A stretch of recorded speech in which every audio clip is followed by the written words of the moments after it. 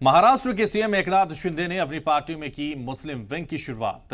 उनका यह कदम मुसलमानों को अपनी तरफ राग़िब करने के लिए माना जा रहा है, क्योंकि पिछले असेंबली इलेक्शन में शिवसेना उद्धव ग्रुप को मुसलमानों की अच्छी हिमायत हासिल हुई थी, जिसकी वजह से उन्होंने मुस्लिम विंग की शुरुआत की है। शिंदे का कहना है कि जो मुसलमान मुल्क और महाराष्ट्र की इज्जत करते हैं वो हमारे साथ हैं। साथ ही उन्होंने कांग्रेस पर इल्जाम लगाते हुए कहा कि कांग्रेस ने हमेशा शिवसेना के कई मुसलमानों के जहन में गलत छवि बनाई है और वो वोट बैंक की सियासत करती आई है।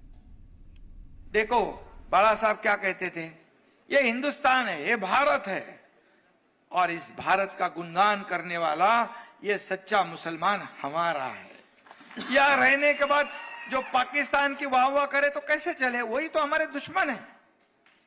बराबर है, वो भी आप जानते हैं, मैं भी जानता हूं।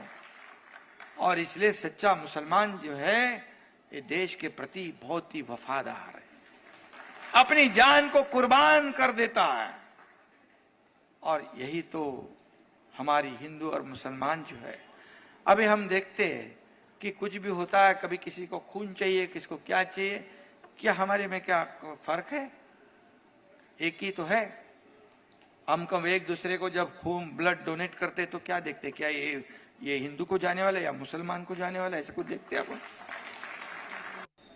1995 में तभी साबिर शेख, ये तो हमारी सरकार में मंत्री थे, और आज भी हमारी इस सरकार में, मौजूदा सरकार में भी अब्दुल सत्तार जी मंत्री है।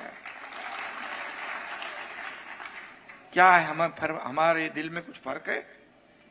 अगर होता तो हम करते उनको मंत्री।